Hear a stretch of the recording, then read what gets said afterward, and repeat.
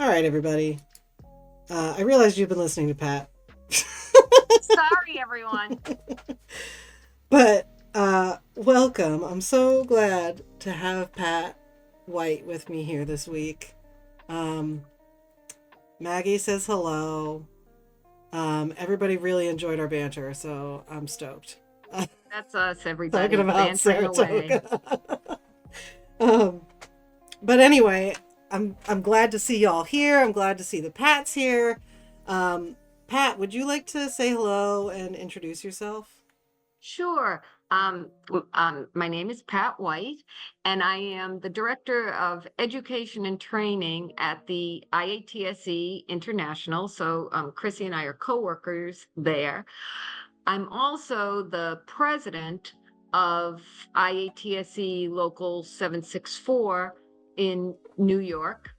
And Local 764 represents the wardrobe workers and costume shop workers and child actor guardians for live events within the New York City area. We have about 1,800 members, 1,900 members at any given time. And I've been the president since 1999, I think. Wow. So I've been the president for a long time.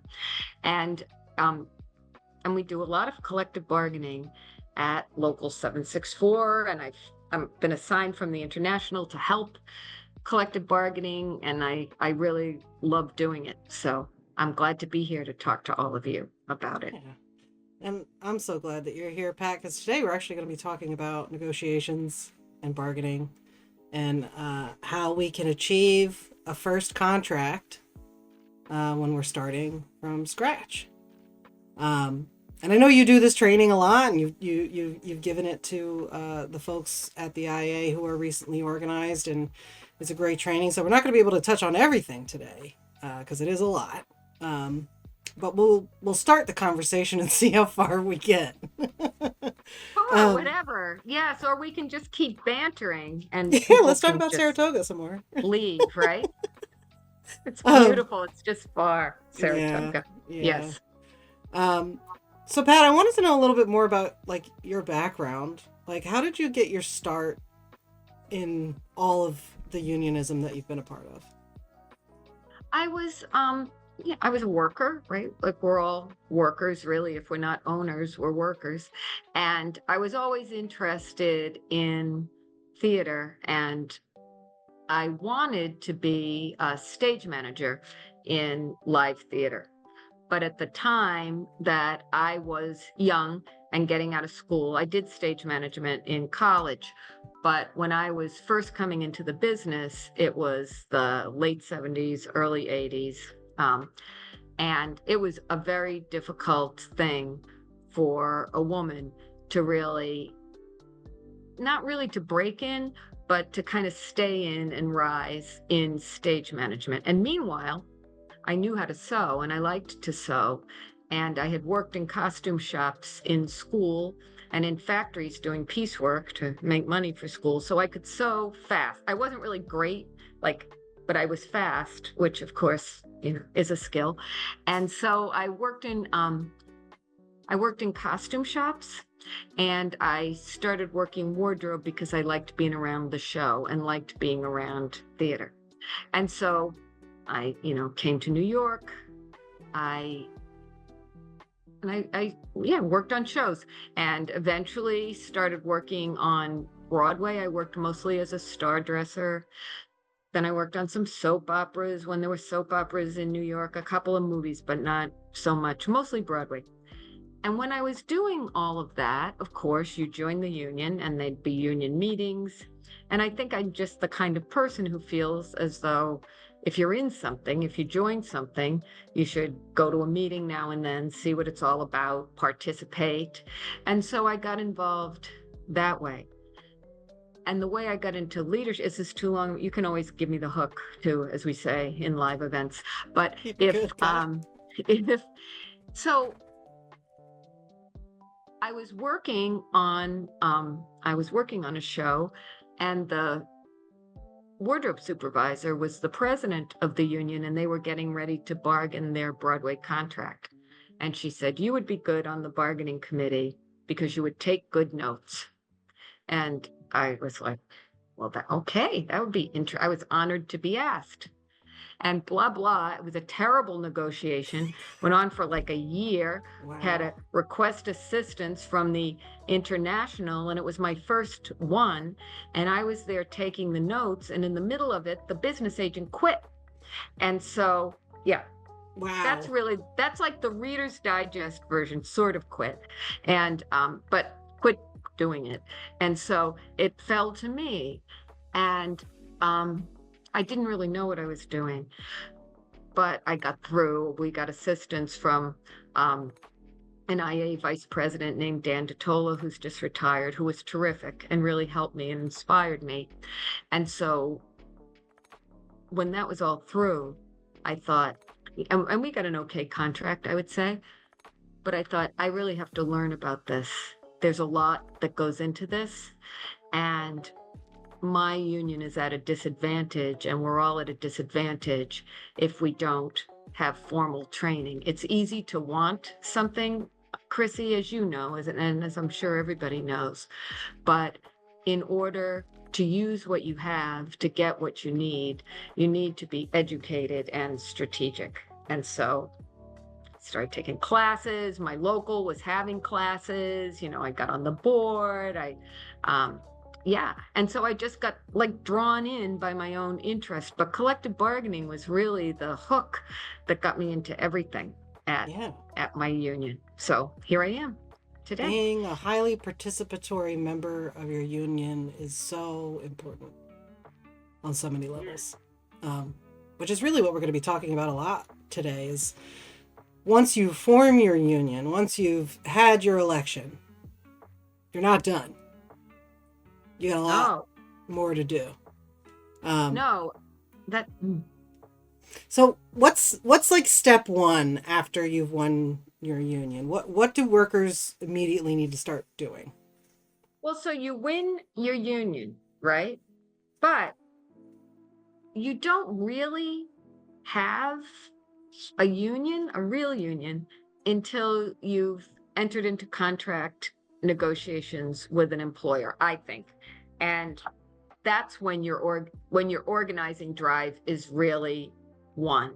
It's when you have that contract, and you'll have a lot of victories, of course, like when you win recognition and all, but the real victory is when you have a collective bargaining agreement, because that is what really separates a unionized workplace from a non-unionized workplace, is that document that the workers and management have entered into as equal partners and agreed that these are the terms and conditions and wages and benefits that the people who work here are going to get. Yeah, so until you have that, you've just got You're formal not done. recognition. Yeah, That's right. You You're not still got to do the work. That's right. Now, the first thing that we got into, of course, when we were organizing a Titmouse, we had voluntarily been recognized, which was awesome. But the first thing we needed to do was figure out who among us and our coworkers was going to be a part of the actual bargaining process. And that's not to say that everyone else who's not a part of the bargaining committee is omitted from this conversation. That's not the case by any means. But you form what's called a bargaining committee. And Pat, I think you know more ways that people tend to do it. But in our case, we decided to have an election. And we voted people into that position. But in your experience, what other ways are there for people to form their bargaining committee? Well, there's a lot of ways. So you can definitely have an election where like all interested people are elected. When you have a local union, especially, you have your first agreement, but eventually you'll be doing subsequent agreements, right? So once you have a local constitution and bylaws, like rules for the local, they might say who's on a bargaining committee. So perhaps the president of the union appoints the bargaining committee, or perhaps the bargaining committee is chosen from among people who do different kinds of work in the craft, right? So I was talking to Chrissy, I didn't know all the crafts of game workers, right? But you might want to have and someone from the engineers and someone from the writing team and someone from quality assurance and all the different areas so that you're sure that everybody has a voice. You can also just take everyone who volunteers, like you could say who wants to be on the committee, and you can have kind of a big committee. Many times, if you have a big group, a big unit of workers, you would have perhaps like is it fair to take like the quality assurance folks as an example, Chrissy? Sure. Mm-hmm. So, right. So if there's a big group of them, they may have a bargaining team or a caucus just for them. Oh, okay. And so who's ever on the table team, right? There might be one or two people from that group who comes to the big group to bargain, but then they might go back to their own group and say, so here's the proposal, and this one particular proposal about the engineers doesn't really affect us, but here's another proposal, right, that does affect us, or here's what we're talking about for wages. And so that you really you can use your time effectively, and you can also make sure that every person has a voice. Yeah. So you can have big bargaining teams with these little subgroups in them if you want. You can have kind of representative democracy. You can take everybody who wants to come. You can pick people, president or the leader of the team. But it's ultimately up to the workers to determine that process, right? Yes, even if it's constitutional in a local union, the Constitution is voted on by the workers. So it's up to the workers to decide who can be on. And like when I was telling you, when the president asked me and she said, would you like to be on the bargaining team? Because I think you'd be good at taking notes. She wasn't wrong. And she was thinking to herself, I really have my bargaining team, everyone who wants to be on it, but I don't think any of them are going to be very good at taking the note. Or, or you might say like, well, we don't have anyone from the art department. And then you might have to ask someone from the art department to do it. Yeah. That leads me to a great question that I have. What if you have a department where you can't find somebody who volunteers? Right. What do you do? There is voluntolding, right? But I would say, look, and there are reasons. I don't know what the employers are like. There are reasons why people don't want to be on bargaining committees. And one of them is, you're face to face with your employer, and people can, even though the law says that it's illegal to discipline you or to have there be any negative repercussions for your union activity, you have the right to what's called concerted activity. And being on the bargaining committee is part of that. Like, in real life, that can be difficult to prove, right? And it can also just be uncomfortable to be there. Sometimes when you're at the bargaining table and the lead negotiator says, like, everybody here feels extremely stressed out at work, and you're sitting face to face across from your manager, you can, it's not easy. So I understand why people might not want to be on a bargaining committee. So if I had a group of people and they didn't want to be on the bargaining committee, I think, first of all, I would say, hey, is this, really, no one wants to do it? And if no one did, I would try to maybe find another way for them to participate, right? And maybe delegate somebody. It's good to have kind of a communications person on the bargaining team who says, like, this is what's going on. This is how it's going. Sometimes, like, workers are always like, what happened? What happened? And you're like, oh gosh, nothing. All we heard was another day of how poor they are.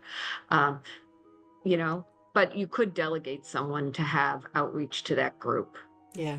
Or let them be part of caucuses, even if they didn't want to be across the table from management. Does that make sense? Is Yeah, that definitely. hmm Um, I think that brings up a huge point in not only in organizing, but in unionism as a whole, but like one-on-one conversations continue to be super important during this phase because like kind of like what you're talking about here. So if there's a department that like doesn't have a representative at the table, we still oh, need to super make sure those important. people are heard, right? So we still need to Yes, you be have. communicating. I mean, they have to speak too. I mean, they Yes. have to, Yes. they have to, you can't be heard if you don't speak. But you also, the bargaining committee should be able to give bargaining reports to the whole group. And you're not necessarily going to be able to tell every single thing that happens at the table. And it's quite nuanced sometimes to describe to members, like, what's the difference between something that's confidential and something that's secret. But I think in real life, we do all kind of understand the difference, right? You can give bargaining updates, but the real, I would say, yardstick, a wardrobe, the real yardstick against which you say, like, is this okay to like send out to the unit, is you don't want to give out information that if management got it, it could damage you at negotiations. So you don't necessarily want to tell strategic things like, we're going to say this, and then if they come back the way we think they do, then we're going to say that. You don't want to put strategy out there to the whole wide world, right? What Yeah. you want to say instead is, we're exchanging proposals. We're cautiously optimistic that after our next move, the employer will give us a wage proposal, that type of thing. Does that make sense? Yeah, absolutely. I know that like when we were negotiating our first contract at Titmouse, at that time, much different time for me and also for that organizing and negotiating team. It was a bit confusing as to why we could or couldn't share certain information with the broad unit because it was like, this impacts everybody. Why can't we tell them everything? But it is important because a lot of what we do at the negotiating table, especially with the bargaining committee, is strategize the way that we can leverage our power as workers to get the things that we need, right? It's a really delicate balance too, because if things go well, that works, right? Like, nobody ever minds if you come to them and say, well, I didn't want to tell you this, but you're getting a huge raise and all these other things. Then the people will go like, oh, that's good.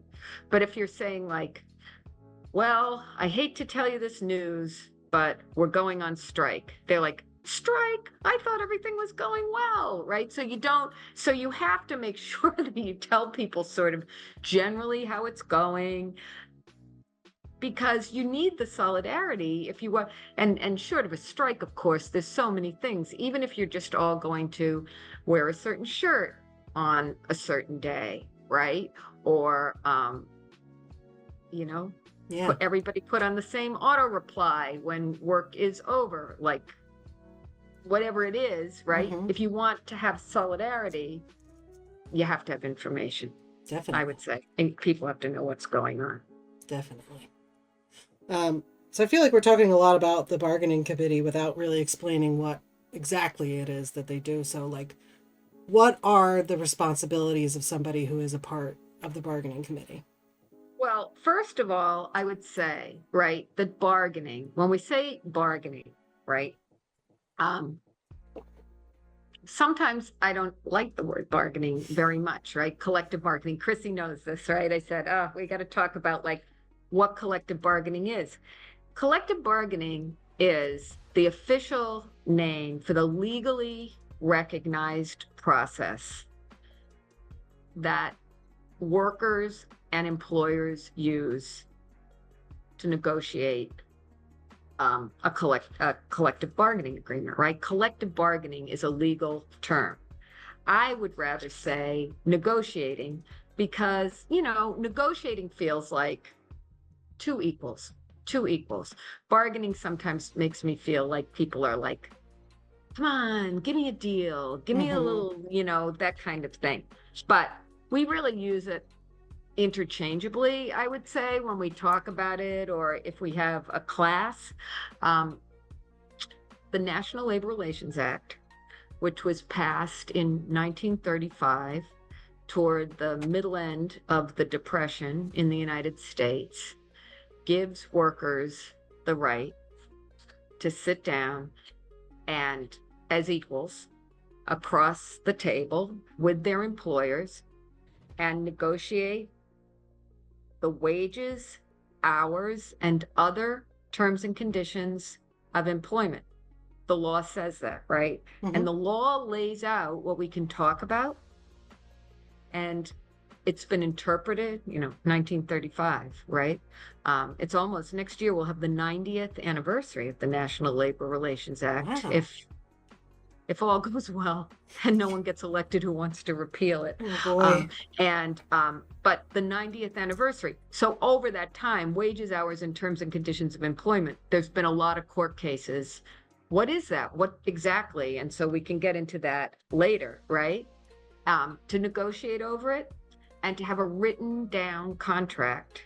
And think back, Chrissy, to 1935, right? A lot of all contracts were kind of handshake deals, Oh right? yeah. But Written on a tablecloth. You know. this gave us the right to get nowadays, no one on either side would not want to write the contract down, but it's really important. It's really important.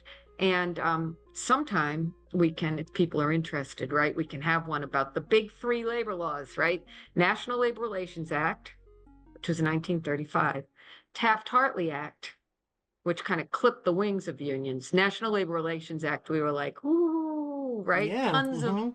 And then Taft-Hartley, and then the Labor Management, and that was 1947, Labor Management Reporting and Disclosure Act, 1959, kind of clipped the wings further, created a lot of reporting requirements for unions that we still have, that corporations don't have. But Mhm. so collective bargaining, right? Bargain collectively, that's in the National Labor Relations Act. That's where that comes from. I don't even know if I answered the question now. I'm really sorry. Forget the It's all question. good. But I still am not sorry that I said that, because that is important for everyone No, to know, right? absolutely. So what I so that's very important to know for overall collective bargaining. We're going to Right. refer to it as negotiations. And we will say, I would rather say, yes, negotiations, because that's what we're doing, negotiate. So for a negotiating committee, what are the duties of somebody who's on that committee? Okay. Well, so you want, one of the main duties is to come to the committee wanting to demonstrate a sincere and honest intent to get to an agreement. That's called bargaining in good faith. That's part of the law. And everybody on both sides who comes to negotiate is supposed to be thinking that they want to get a deal. And so we have an obligation, we all have an obligation to meet at reasonable times, to put our proposals in writing if the other side asks for it. There's no obligation to actually reach a deal, but we have that obligation. We have an obligation to the other people that we work with, who we're representing, to be their voice and not just talk about what I want, but it's fine to talk about what I want, but we also have to think about what would be good for everybody. Sometimes you're going to get to a situation when you're in negotiations that maybe what would advantage one group would disadvantage another group. And so you have to think about that, because you're engaged in this back and forth strategic discussion with the employer about resolving issues. And, when we do the class, we talk about how many dimensions there are to this. But really, what you want to understand is understand the process, right? understand your rights through the whole process, and have an idea what you want to walk away with. Know what the goals are, know the strategy and the goals. And I would also say, Chrissy, depending on your group, you should really have to be a good listener and be willing to work. We'll talk a little bit about working by consensus, Mm-hmm. because I think that you get the best outcomes Yeah. that way.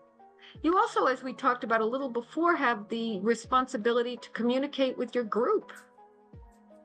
You can't just leave them in the dark for a month, even if you had no meetings. You should at least say, we had no meetings.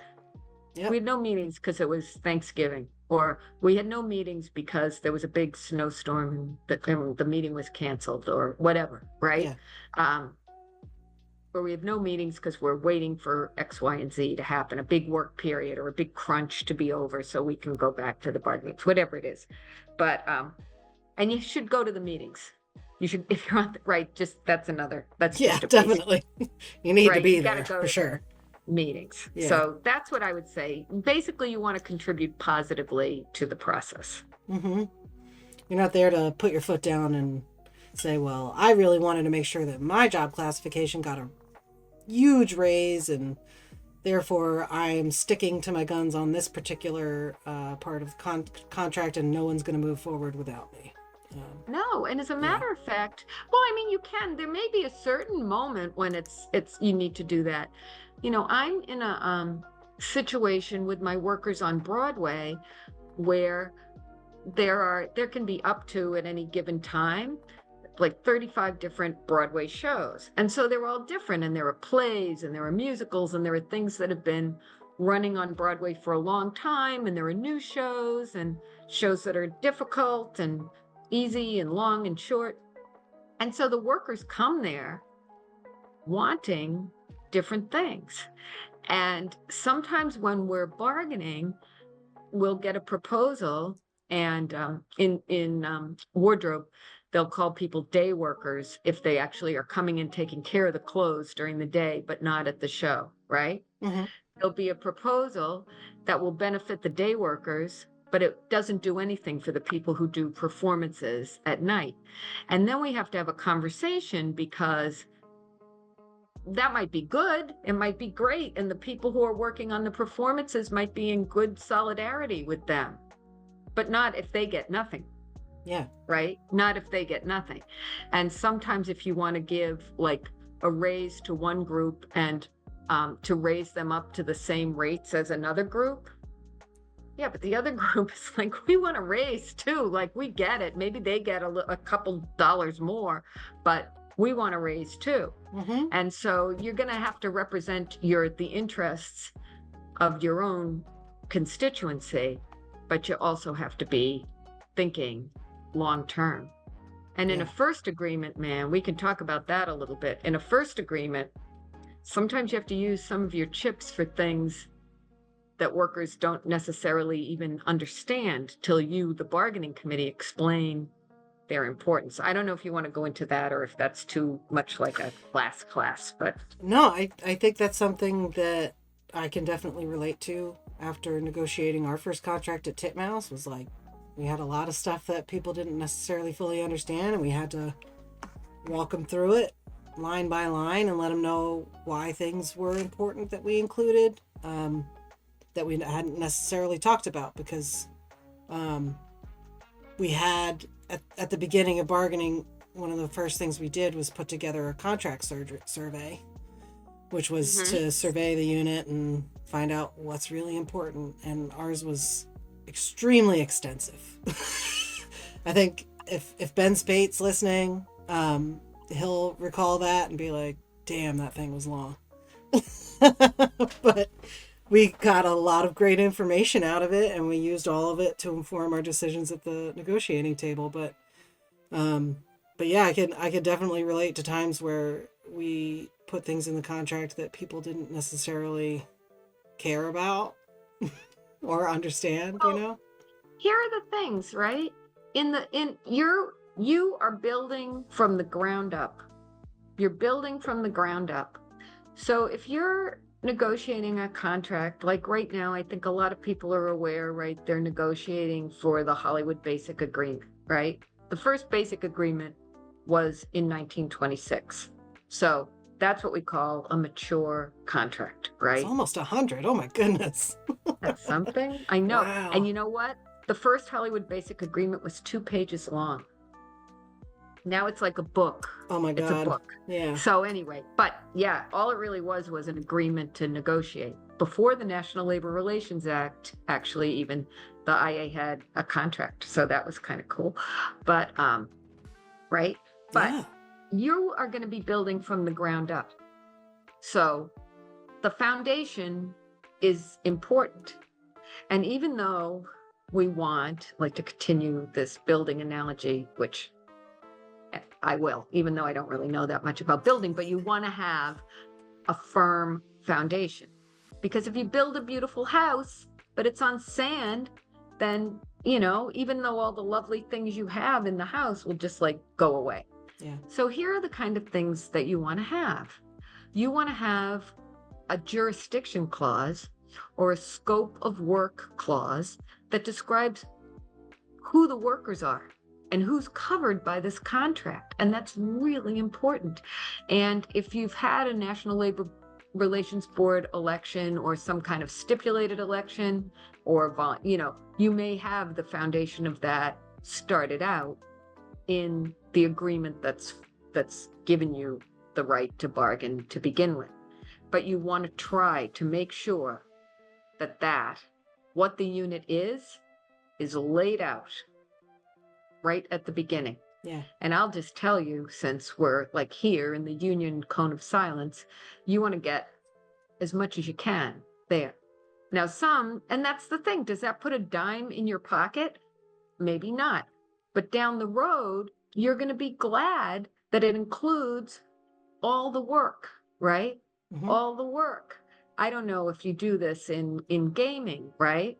But in wardrobe, we always try to like throw in at the end where it says like dressers, stitchers, all the different things in the end. We're like, and all work traditionally performed by costume and wardrobe employees, because we just feel like then if it's 100 years from now Yeah. and they're doing things that I can't even do, like smart employers sometimes go like, I don't think so. But you want to get the best, strongest foundation, jurisdiction clause.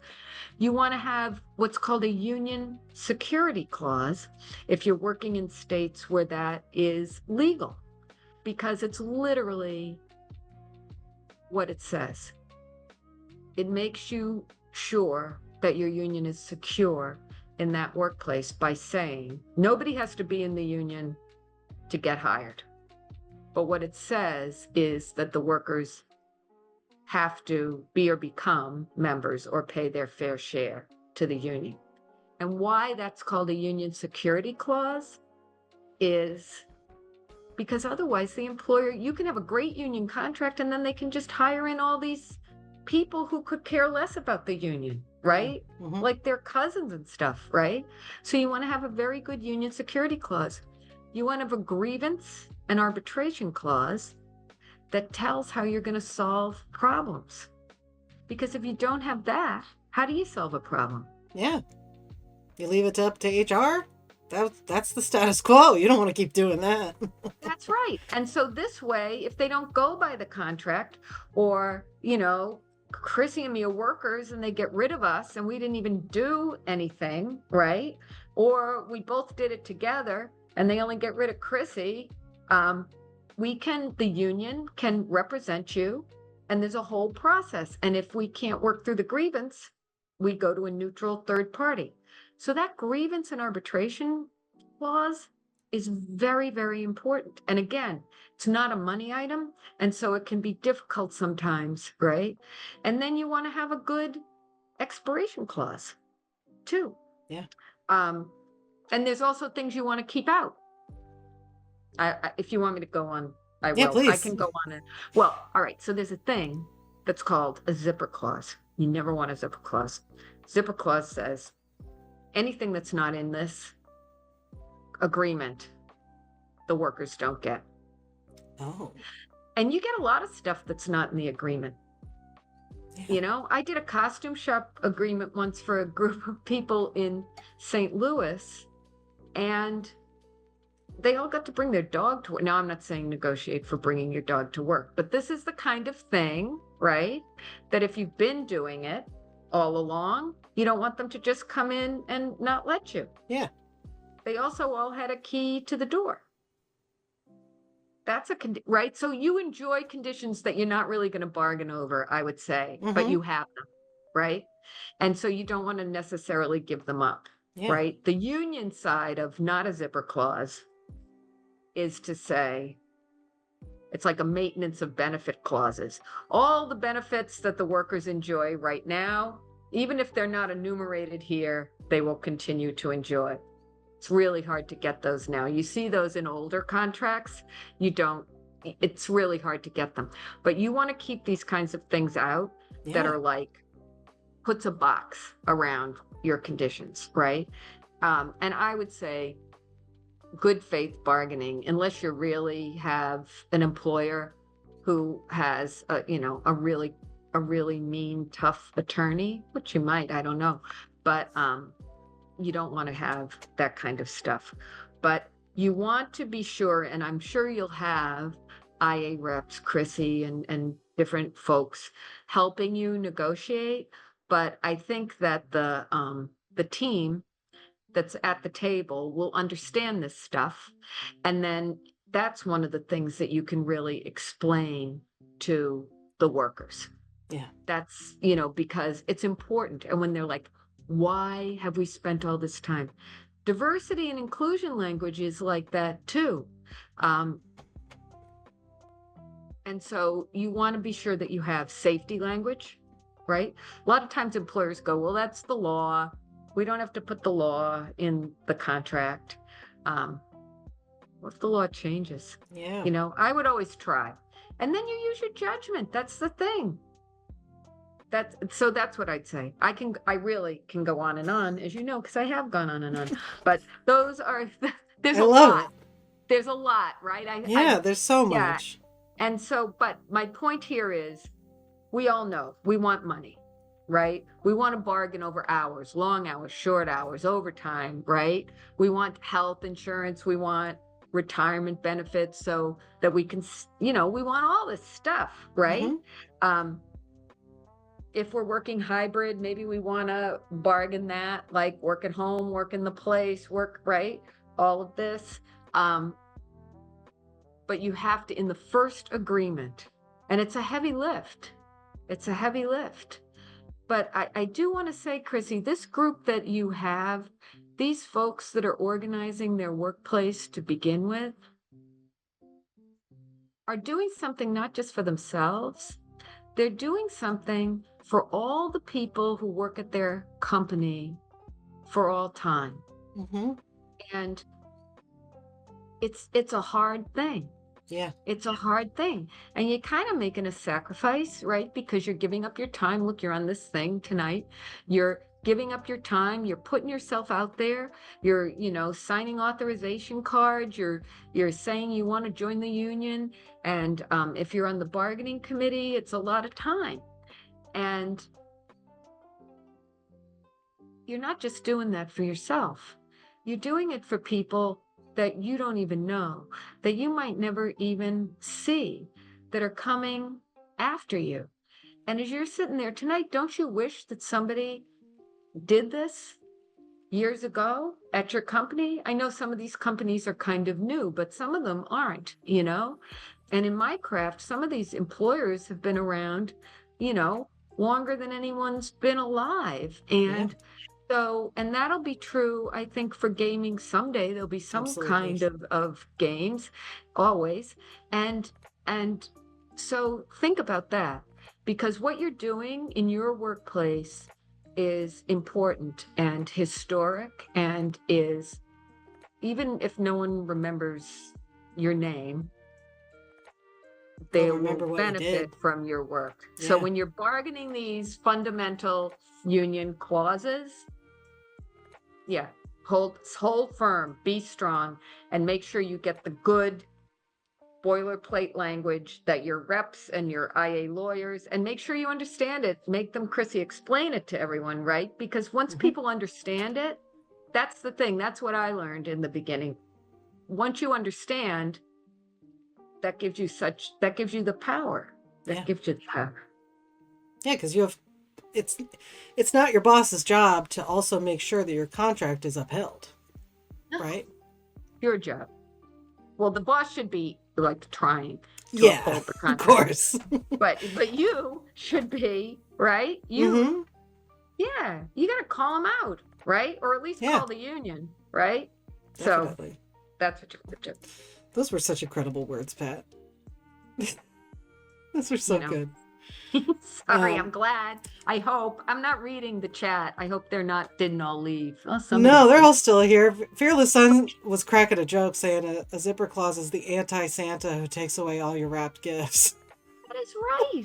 Very That true. is right. And then since you mentioned Santa, I will tell you too. The union proposals aren't a Santa list, right?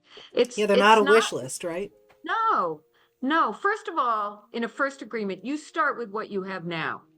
You look at if you have an employee handbook or something like that, you go through that. If you have whatever, I'm trying to think of things, jury duty, if you have sick leave, if you have any kind of thing, right?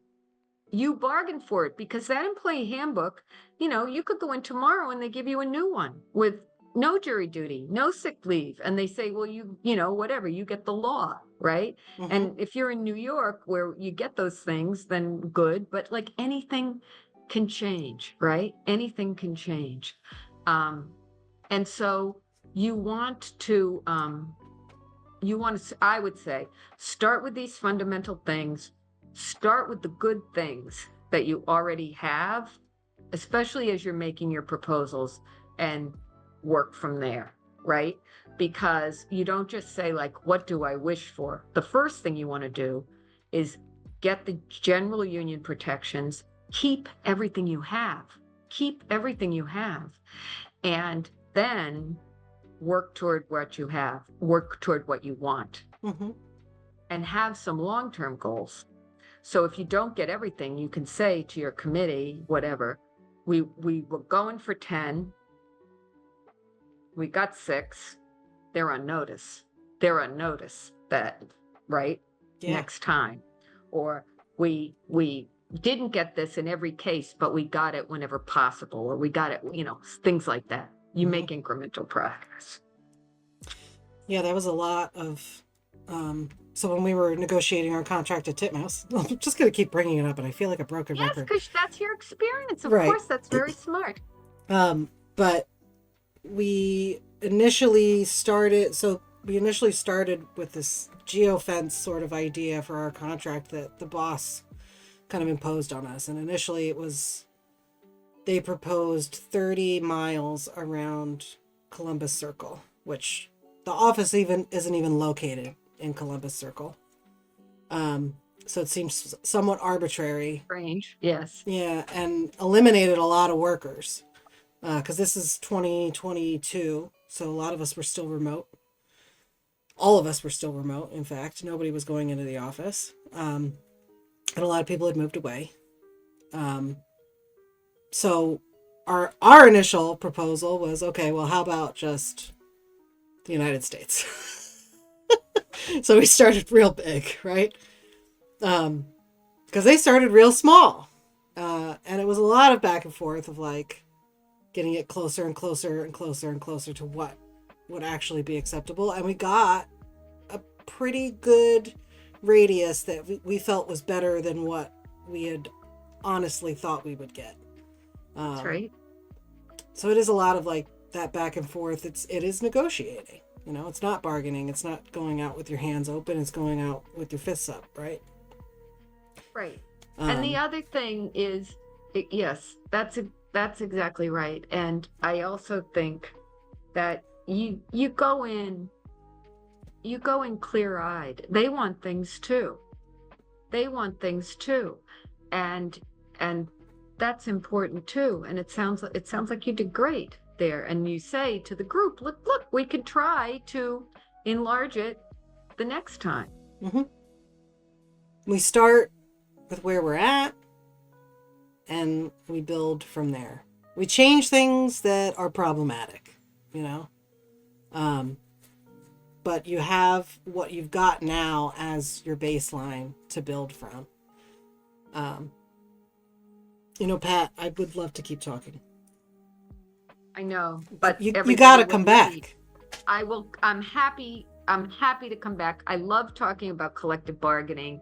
I thank everybody who is on this. Do we know how many people are here? Oh boy. No. Let me check. I'm looking at OBS right now. I'm not looking at the Twitch stream. Channel. And I just want to say that the Education and Training Department really stands ready to help the game workers organize, do whatever we can to help you. And I'm glad to come back and or present and do other things. I feel like we've only scratched the surface, but I hope you keep us posted, Chrissy, in the Ed Department about what's going on. Yeah, you know, I think a great ad for organizing with us is that you could get negotiations training with Pat White. You can. And learn so much more than what we've talked about in this very short segment today. And Zephyrzan, thank you so much for the compliment on having a great stream. I hope that anybody who's in the audience and is listening tonight, or watching on YouTube in the future, wherever you're digesting this from, I hope that this inspires you to fight for the future of folks who are working at your company now and until the heat death of the sun. Because that's ultimately what you'll do. This isn't a contract for now. This is a contract for now and the future. And you can build it with your coworkers to improve your lives every 3 years, which is the average length of a collective bargaining agreement. Pat, do you have any last things you want to share?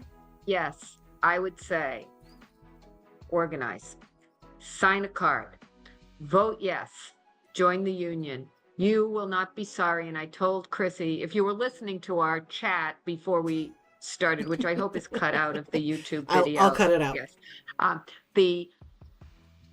What I would say is you can talk to people who are in the IATSE in any craft, and you're going to find people who love the union, people who are like meh on the union, people who don't like the union. If you say to any of them, do you wish you were not in the union? I think you would be hard pressed to even find one that would say, I wish I wasn't. They're all really happy to be in the union. Many of them will say that next to, finding their partner or having their children, it's the best thing they ever did. And so you have the chance to do the best thing you'll ever do, or one of the best things you'll ever do. So do it. You have a great guide in Chrissy and the rest of the department. So that's my final word tonight. That is such a confidence boost, Pat, coming from you. I so appreciate all those kind words.